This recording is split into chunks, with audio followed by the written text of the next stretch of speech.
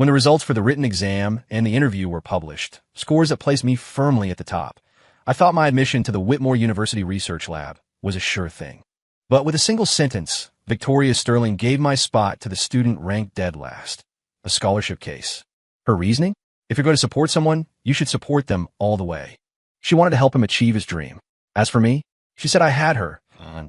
That was enough. She wanted to play the savior, but she sacrificed me to do it. If that's how it is, I don't want her either. After all, I can't survive without love, but I can't survive without a future. When the admission results dropped, I stood on the street corner, dazed. I knew nothing in life was 100% guaranteed, but this was a blind side I never saw coming. In previous years, the Whitmore Lab's acceptance rate for their own doctoral candidates was practically automatic. Every other candidate on the list made the cut. I was the only one, the #1 ranking student, who was rejected. I opened social media and saw the celebration had already begun. A post on my feed read, "The underdog achieves the dream. Who says this isn't success?" The photo was a screenshot of the acceptance letter to Whitmore Lab. It was Caleb Reed, the guy who ranked last in every assessment category among the candidates. Victoria had liked the post. Her comment, "Keep fighting." A senior researcher involved in the hiring process called me, sounding concerned. "Ethan, did you step on anyone's toes recently?" "No, Mark. Why do you ask?" He sounded perplexed. "The student who took your slot. The official reason for his acceptance is that his undergraduate background is more aligned with the lab's future research direction. We all know that's just corporate speak for." He paused. I heard through the grapevine that Victoria pulled some strings. "You didn't piss her off, did you?" Hearing that chilled me to the bone. Not many people knew Victoria and I were together. Her father was the majority shareholder of the Whitmore Lab. She had insisted we keep our relationship quiet to avoid accusations of nepotism, ensuring that when I got in, it would be on my own merit. I used to thank her for being so thoughtful. Ideally, my acceptance would have been clean. The irony was bitter. Now people thought I lost the spot because I had offended her. I thanked Mark and hung up. Almost immediately, her text came through. "Results are out?" I replied, "You knew long before I did, didn't you?" My phone rang seconds later. I declined the call. After rejecting her a few more times, I blocked her on everything. I could live without a girlfriend, but I wasn't going to let anyone destroy my career. My best friend, Josh Miller, dragged me out to dinner to cheer me up. As luck would have it, the world is a small place. Here's to our handsome Caleb, successfully getting into his dream lab. Cheers! Victoria was standing next to Caleb Reed, smiling radiantly at him. They were standing way too close. "Talk about bad juju," Josh muttered. "Since we ran into them, I'm going to go over there and give her a piece of my mind." That was too far. Josh started to charge forward, but I held him back. "Forget it. Let's go somewhere else." We turned to leave, but a voice called out from behind us. "Ethan, hold up." Caleb practically skipped over to us, closing the distance in 3 strides. "Why did you block Tori? What did she ever do to you?" Josh laughed, a sound devoid of humor. "You have the nerve to ask? She handed Ethan's spot in the lab to you with 1 sentence. Why shouldn't he block her? Should he keep her around for the holidays?" Caleb looked offended. "What do you mean handed? Every step I took followed the recruitment process. You can't just slander me because you washed out." Victoria walked over then. She looked at me, her brow furrowing slightly. "Caleb is right. Ethan, you need to admit that there's always someone better than you. You need to be brave enough to face failure. It's not a big deal that you didn't get in this time. You can apply again next year. But you cannot slander others." She was actually gaslighting me.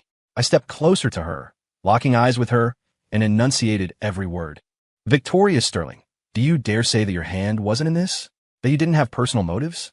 Do you, dare?" My voice rose on the last 3 words.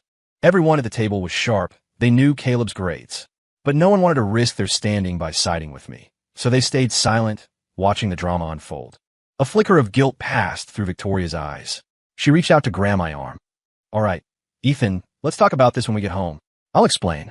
I shook her off, violently, stepping into her space. "You don't dare admit it, do you?" The atmosphere turned dead silent. Seeing no one stepping up to defend him, Caleb panicked. He wrapped his arm around Victoria's shoulder and barked at me. "That's enough. If you're mad, come at me." What kind of man corners a woman like this? My gaze dropped to where his hand rested on her. I couldn't help the sneer. "You two. You deserve each other." As I walked out the door, I could hear Caleb cursing under his breath. Forget it. Just let him have it. He's your boyfriend, after all. Regardless of the real results, he should have been the one accepted. I won't take the blame for this. That night, I was back in my apartment packing my bags when Victoria came in. What are you doing? I didn't stop, nor did I look at her. You have a new favorite. I'm stepping aside to make room for the happy couple. What are you talking about? I came back early specifically to explain this to you. She grabbed my arm. I couldn't shake her off this time. Fine, I said. Explain. I'd love to hear what ridiculous justification you've cooked up. Victoria Said. You know, Caleb has been supported by my family scholarship fund since high school. His dream was to get into the Whitmore lab. He's worked hard for years. If he couldn't make it in the end, it would be such a huge regret for him. Since we sponsored him, we should see it through to the end. Helping him achieve his dream provides closure. Isteh daher, stund. Once I processed her logic, I laughed out loud. So my dream doesn't matter? My hard work was just destined to be a stepping stone for him. Victoria took my hand, rubbing my palm with her thumb, acting like she was the epitome of patience. You're different, Ethan. You have me. He has nothing. If you really want it, I'll just get you straight in next year when a spot opens up. I felt physically sick, fighting the urge to gag, but I let out a pathetic laugh instead. Tell me, who exactly is your boyfriend? Why do I have to wait until next year for something I earned this year? Why couldn't he wait a year to achieve his dream? Is having you supposed to be some kind of prize? Because having you just cost me the career I earned. The barrage of cold questions caused a flash of panic in Victoria's eyes, but it was quickly replaced by anger. Ethan, you don't need to take the moral high ground here. The decision is made. You're not accepting it won't change anything. Other than this lab, I can get you a job anywhere else you want. I can fix this. I tilted my head back, took a deep breath, and zipped up my suitcase. No need. Use your value on him. He needs it more, doesn't he? Seeing me grab the handle of my luggage, Victoria got angrier. Are you done yet? I told you there's nothing going on between us. My boyfriend is you. I turned my back to her, my voice cold. As of this moment, not anymore. Victoria, we're done. Your temper is so weird. What girl could possibly put up with you? I didn't look back. My faculty mentor, Professor Vance, told me that for this round of university corporate partnership projects, he wasn't going to choose Whitmore. I know you were treated unfairly, he said. I sent your academic portfolio to the Pacific Tech Lab in Seattle. They've already replied. They're waiving the standard process and offering you direct admission. They just need some updated experimental data. Get that ready. It was an unexpected lifeline. For the next long stretch, I lived in the university lab, crunching data. I blocked out all noise from the outside world. Only when I had thoroughly processed every data point, submitted the report to Professor Vance, and received his confirmation did I finally let myself relax. Now, I just had to wait for the final offer letter from Pacific Tech. I turned on my phone, ignoring several missed calls from unknown numbers. While scrolling through social media, a cover photo on a post caught my eye. I zoomed in. It was a basketball signed by an NBA legend, a limited edition I had desperately wanted. I hadn't been able to buy it, so I once asked Victoria if she could use her connections to find a seller. She had flatly refused, telling me not to waste my mind on such meaningless things. She said since I didn't have a family background that matched hers, I needed to work harder to gain her parents' approval. And now, Caleb had obtained it effortlessly. Actually, I'm not really into basketball, and I don't know this player that well. I just mentioned it casually, and she went to all this trouble to get it for me. The difference between being loved and not being loved was so stark. It was laughable that I was only realizing it now. But better late than never. Thinking back, the signs were always there. Last year, on Victoria's birthday, I was away on a research trip with my mentor and couldn't make it back in time. The trip ended early, and when I rushed to the venue, the party was already in full swing. I heard voices from a semi-private booth. Princess Tori, I'm still curious. How did you end up with Ethan? He's got such a weird temper, and he's obsessed with academics. He seems so boring. What's so strange about that? You always think the grass is greener until you try it. And once you get bored, you realize it's just grass. He walks around with that high and mighty attitude. If I were a girl, I wouldn't like him either. That was Caleb's voice. Don't say that. I still like Ethan quite a bit. Otherwise, we wouldn't have been together this long, Victoria said. Her tone as casual and dismissive as ever.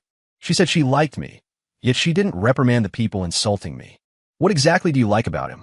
You like how pretentious he is. He's hardworking and ambitious. He's exactly the type my parents like. And while that cold, academic genius vibe really suits me, his weird temper actually makes me like him more. Teasing him is kind of fun. TCH, you just like being mistreated. You ignore the people who are good to you and chase after the guy giving you the cold shoulder. Victoria laughed. I know you're good to me. Am I not good to you? I heard the sound of Caleb pinching her cheek. Everyone around them started hooting and cheering at the intimacy. Victoria continued. And more importantly, I want to see if he can really make it entirely on his own, without using me as a stepping stone. It's been 3 years, and he really is trying hard. Oof. What's hard about acting for 3 years? Let's see if he asks for your help when graduation comes around. She seemed to accept Caleb's premise, giving only a non-committal hum. Back then, I just thought we hadn't fully adjusted to each other yet. We came from different environments, and she did accommodate me in many ways. People who are used to relying on themselves tend to reflect on their own faults first.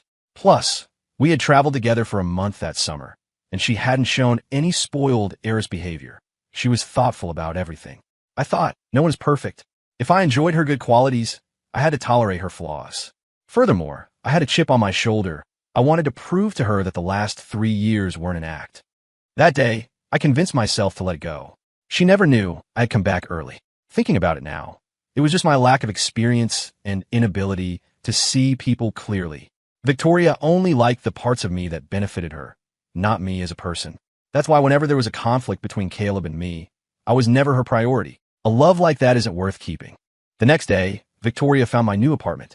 She was holding a thermal food container. You really have the resolve to ignore me completely? It's been a few days. You should be over it by now. I didn't want to engage with her. Here, take this. I made the stew myself. I shouldn't have used that tone with you the other day. What are your plans now? I'll have my dad arrange something for you. I took one look, and the smell alone made me want to vomit. She had forgotten again. I hate lamb. My phone buzzed. I picked it up, and my hand trembled slightly. It was the offer letter from Pacific Tech. Success. Victoria saw the excitement I couldn't hide. You found a job this quickly? Is it legit?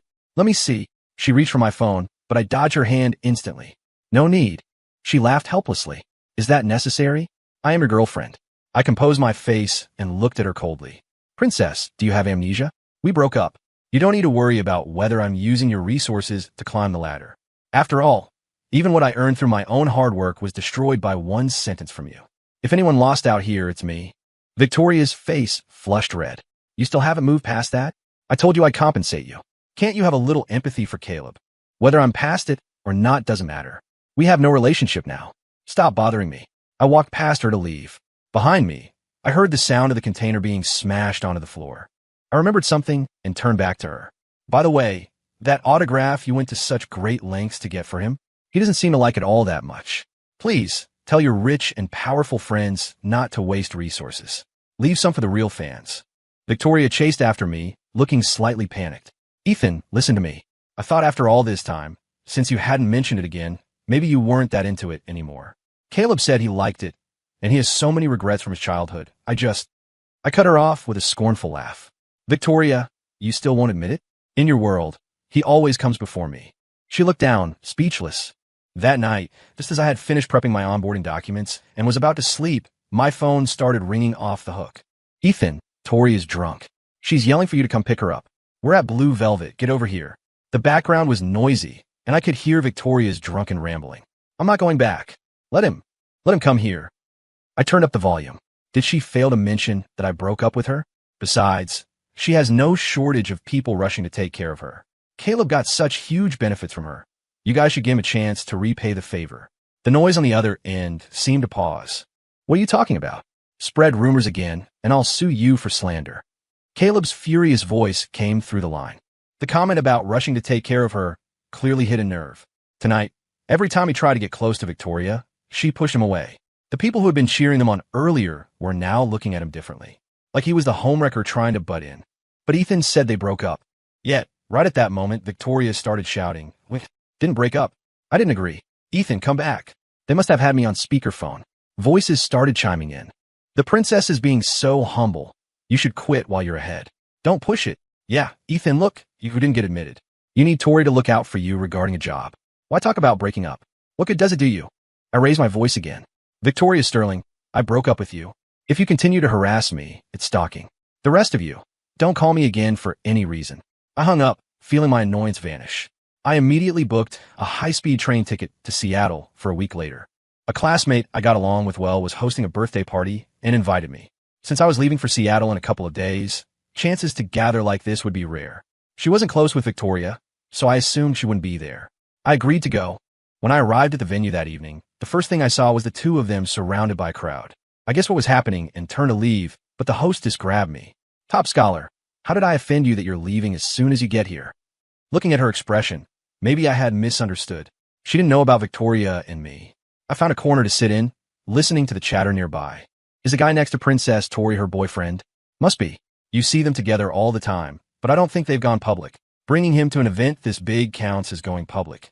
I sipped my drink, bored, planning to say a quick hello and leave early. Victoria came over, grinning.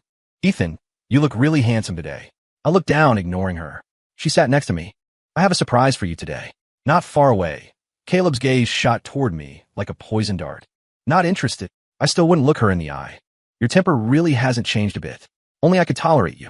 The birthday girl took the microphone on stage to open the event. Thank you all for coming to my birthday party.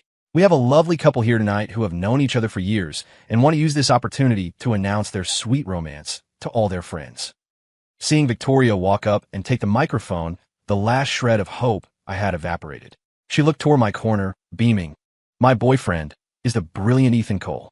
We have been in love for 4 years. 2 guys came over and dragged me into the center of the crowd. Next, I want to propose to Mr. Ethan Cole. Victoria pulled out a ring box and walked up to me. Ethan, will you marry me? The birthday girl led the chant. Say yes. Say yes.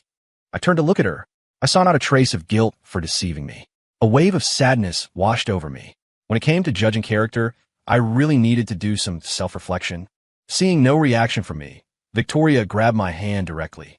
Oh, come on. Why is a grown man being shy? I'm the girl, and I'm being this proactive. I shook my hand hard. The ring went flying, clattering onto the floor.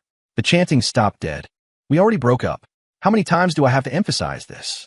You gave my lap spot to him, gave the autograph of the player I liked to him, took him everywhere with you so people thought you were a couple. Since you love him so much, why don't you two just lock it down? Why are you still harassing me? Everyone's expressions changed, especially Victoria's and Caleb's. Whispers started rippling through the room. So Caleb isn't her boyfriend, but he got in the Whitmore lab? No wonder the real boyfriend is pissed. I only found out today that her boyfriend is this guy. Then what is Caleb? The side piece. Victoria's face went cold. She shouted, enough. The room went quiet again. The birthday girl frowned, trying to smooth things over. Ethan, why are you being like this? I was shocked when she wanted to use my party to propose. A girl of her standing and character. What are you hesitating for?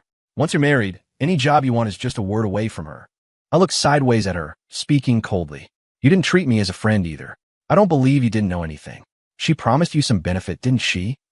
Her face flushed with panic. I don't know what you're talking about. If I didn't consider you a friend, would I want the best for you? Stop making a scene. If you don't fix that weird temper, you're going to scare everyone away. Victoria clearly agreed with her, staring daggers at me, waiting for me to show weakness, to be grateful for her proposal. Our eyes met. Memories of the past 4 years played like a slideshow in my mind. Forget it. I didn't say another word, intending to turn and leave. I didn't expect Caleb to suddenly lunge at me. What are you acting so high and mighty for? Tori helped me one time, and you won't let it go. Now you're making people think I'm the other man. Don't think you're leaving until you clear my name. His grip was strong. I knew he worked out, and he knew a bit about anatomy. He was aiming a strike right at a pressure point on my chest. I realized his true intention was to permanently injure me. In this chaos, there would be no substantial evidence to prosecute him later. Such a vicious, stupid mind. I quickly grabbed his wrist and threw a punch with everything I had. He stumbled back a few steps and fell smoothly to the ground. He wiped blood from the corner of his mouth, pushed his tongue against his cheek, and glared at me, screaming, Ethan, you're a violent psycho. Victoria rushed over to help him up, then turned to yell at me. I was the one who made you lose the spot, not Caleb. If you have anger, take it out on me. Why take it out on him? You hurt him. I was stunned for a second, then laughed. I hit him because he attacked me. That's just self-defense. Don't make everything about you. I have nothing to do with you anymore. Princess, do you just love the fantasy of 2 men fighting over you? Caleb likes to compete for dominance to climb the social ladder, but I'm not interested. Victoria stood frozen, seemingly unable to comprehend my words. The party ended on a sour note. After that day, I learned that the birthday girl really had accepted a bribe from Victoria. Victoria had promised to give a project from her family's company to the girl's family business. But because of the scene at the party, the deal fell through. Victoria got chewed out by her father, and she blamed me, sending a text to curse me out. Caleb is right. What are you being so pretentious about? Even if you wanted to refuse, couldn't you have done it later? Did you have to make it so ugly at the party? I finally managed to do something decent in front of my dad, and you ruined it. Ethan, People like you deserve to have no friends. After blocking her, I couldn't help but sigh. That entire social circle was rotten. At the same time, the fact that Caleb got in through the back door became a hot topic because I had brought it up publicly. Although everyone knew how the world worked, procedurally, they were careful. The lab's admission standards weren't just based on grades, but on a comprehensive assessment. This left huge room for manipulation. Subjective reasons like potential and fit, or exaggerating research experience to exploit gray areas. Professor Vance was furious, but he couldn't openly demand justice for me. However, he canceled his original collaborative project with the Whitmore lab, making his stance clear. It was like a slap in the face to both Victoria and Caleb. Collaborating with the local university lab is just a custom, not a hard requirement. The Pacific Tech Lab has developed well in recent years. Moving over there breaks down the old barriers. I was lucky to have such a good mentor all these years. I owed my achievements to him. Just as I was envisioning my future career, Victoria lingered like a ghost. Ethan, I've already talked to my dad. He's giving you an executive position at the company. You should be satisfied now, right? Let the past go. Stop making things difficult for Caleb. After we had completely torn off the mask that day, I thought she wouldn't bother me again. Do you still think the reason I can't move on is because I didn't get your help? I hadn't realized that after 4 years, her understanding of me was still so shallow. I didn't mean that. I just said I wanted to compensate you. I don't need it. I'll earn my own future. If you could just stop obstructing me, I'd be eternally grateful, okay? My attitude was tough and sarcastic, and she lost her patience. Fina, you're capable. You're high and mighty. Just don't come begging to me later. This time, I thought we would finally go our separate ways. I didn't expect that on the day I was onboarding at the Pacific Tech Lab, Victoria would find me again. Ethan, why didn't you tell me you were accepted by Pacific Tech? Seeing her, my reflex was sarcasm. Although you don't have the reach to ruin my future here in Seattle, there's no need to let irrelevant people know about such important matters. Victoria's eyes held a bit more sincerity this time. Ethan, I know now that you really are excellent. You can totally carve out a world for yourself. I was narrow-minded before. Will you forgive me? I miss you so much lately. I suspect you're bad luck for me. Everything has gone smoothly since I left you. So, not having any contact is safer. She got anxious, stepping closer to grab my hand. We have so many years of feelings between us. How can you just give up like this? Mentioning that still touched a nerve. It was such a massive sunk cost. I had truly invested my emotions in those years. You talk about so many years, but how much of that time were you just testing me? What? Did you want to tell me that I've finally passed your little exam? She admitted it openly. I admit I had thoughts of testing you before, given your background. But I completely believe in you now, and I really do love you. Ethan, let's get married. My parents are satisfied with you too. Now is the perfect time. I smile mockingly. Then what about your Caleb? Her tone was urgent. I have nothing to do with him. Getting him into the lab was just helping him achieve his dream. I won't have much to do with him in the future. Ethan, trust me. Her cajoling words always came out so easily, without any logic. Nothing she had done before could be explained away. I shook my head. I don't believe you. After that day, Victoria came to Seattle to intercept me every 2 or 3 days. Meanwhile, I heard about Caleb from Mark. Unworthy of the position, disaster follows. That phrase was embodied perfectly in him. The lab's division of labor was rigorous and precise, requiring immediate responses to demands. But Caleb couldn't keep up at all. He frequently disappeared to slack off, delaying experiments multiple times. Everyone had long held grievances against this half-wit who got in through the back door. But since Victoria protected him, they dared not speak out. Caleb felt no guilt about this. Instead, he was smug. He posted on social media bragging that his princess would always clean up his messes. Later, a major project was scrapped before it could launch because he concealed a mistake, causing significant losses. It was so big that even Victoria couldn't protect him. It alerted her father. The others in the lab took the opportunity to jointly report Caleb for negligence. Security footage, attendance records, data reports, the evidence was comprehensive. People started questioning Whitmore Lab's hiring standards, digging up Caleb's poor grades. My mentor also spoke up, stating that his favorite student had been treated unfairly during the hiring process, which was the root cause of him moving the project to another lab. He also questioned Whitmore's recruitment process and hoped for a thorough investigation. Public outrage exploded. In the end, Caleb was fired from the lab for incompetence. The fact that Victoria used her status as a shareholder's daughter to pull strings was also exposed. The online discussion about the incident was intense. So it was Capital manipulating everything. No wonder. The guy who got his spot stolen is so pitiful. I heard he was first in everything, yet he got pushed out. It's too dark. Destroying someone's future with a single hello. If I didn't know better, I'd think they had a blood feud. The criticism spread to Victoria's father's company. She was severely reprimanded, and her position at the company was stripped. After all, she wasn't an only child. She was highly replaceable. This massive fall from grace was a huge blow to a privileged girl like Victoria.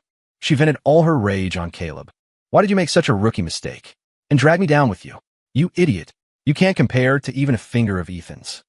Facing the scolding, Caleb initially tried to endure it, planning to play the victim to get sympathy as usual. But hearing Victoria say he couldn't compare to me, he snapped. Yeah, I can't compare to him, but you clearly like me more. Otherwise, why were you so good to me? He broke up with you, yet you're still obsessed with him. You didn't seem to care that much about him before. Victoria froze. Even Caleb said she didn't care enough about Ethan. It showed just how excessive she had been in the past, testing her own boyfriend in 100 ways while giving everything to someone else. She truly regretted it. Ethan was so excellent. He didn't need her at all. And it was true. He didn't want her anymore. After being fired, seeing that Victoria was no longer someone he could cling to, Caleb looked for someone else. But everyone in the circle knew his true colors and avoided him like the plague. Caleb became the laughingstock of the city, his reputation completely trash. People even saw him posting thirst traps in the comment sections of various socialites' posts. Victoria finally realized how blind she had been. For a person with impure motives who only cared about profit, she had lost her Ethan. When I saw the videos circulating online, I just felt that karma was real. Life at the Pacific Tech Lab was fulfilling and exhausting. Once I got into it, I realized it wasn't inferior to Whitmore at all. Recruitment didn't depend on which undergrad school you came from, and student from the home university didn't get priority. They looked only at the individual. Research funding was increasing year by year.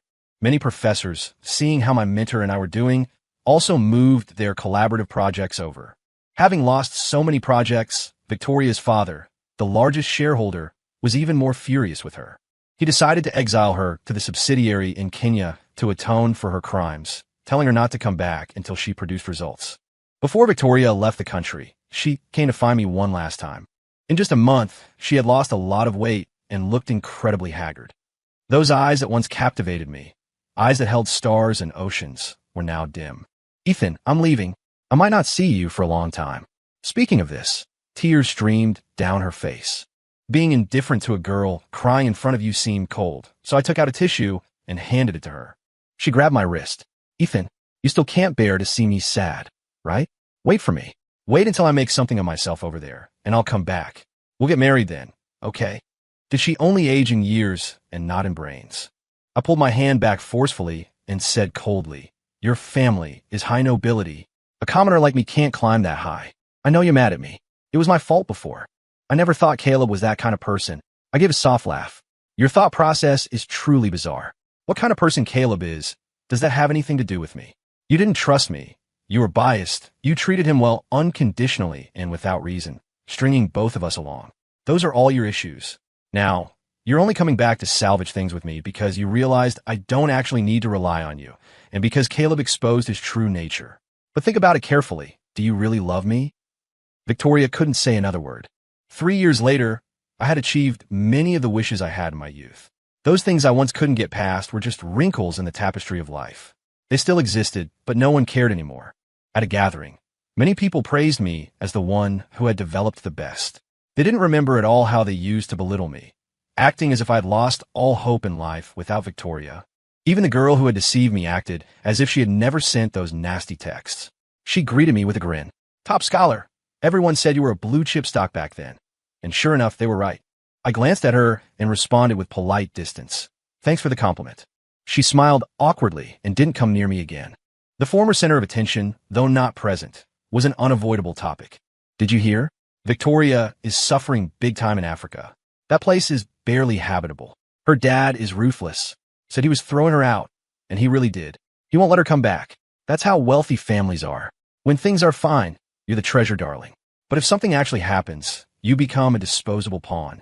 It looks glamorous, but honestly, they're worse off than us. Caleb apparently went back to his hometown and started live streaming. It's hard to watch, showing skin and all that. Is that necessary for him? There are so many lanes for streaming, why go that route? Easy money, I guess. Didn't he rely on that girl from the Sterling family before? When has he ever actually worked hard? I listened to the gossip going in circles. It was boring. I left the party before it ended. Time shouldn't be wasted on such ineffective socializing. My life still has infinite possibilities waiting for me to explore. Story complete.